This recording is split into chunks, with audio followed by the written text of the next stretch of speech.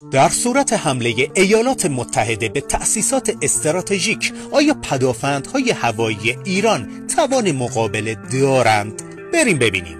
در پست های قبلی به توانایی های بمب‌افکن B2 و مهمات مورد استفاده اون پرداختیم.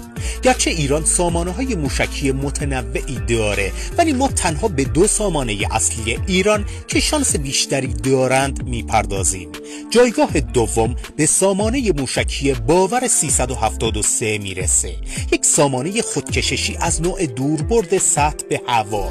گفته میشه در نسل جدیدش که به موشک‌های صیاد 4B یا 4B مسلح شده، اون هم با سرعت 6.1 ماخ، یعنی چیزی حدود 7500 کیلومتر بر ساعت، قادر در فاصله 450 کیلومتری هدف رو شناسایی و در فاصله 300 کیلومتری اون هم در ارتفاع 32 کیلومتری با اون درگیر بشه. حالا شما بگید باور 373 با این مشخصات قادر به مقابله با نیروی هوایی ایالات متحده هست؟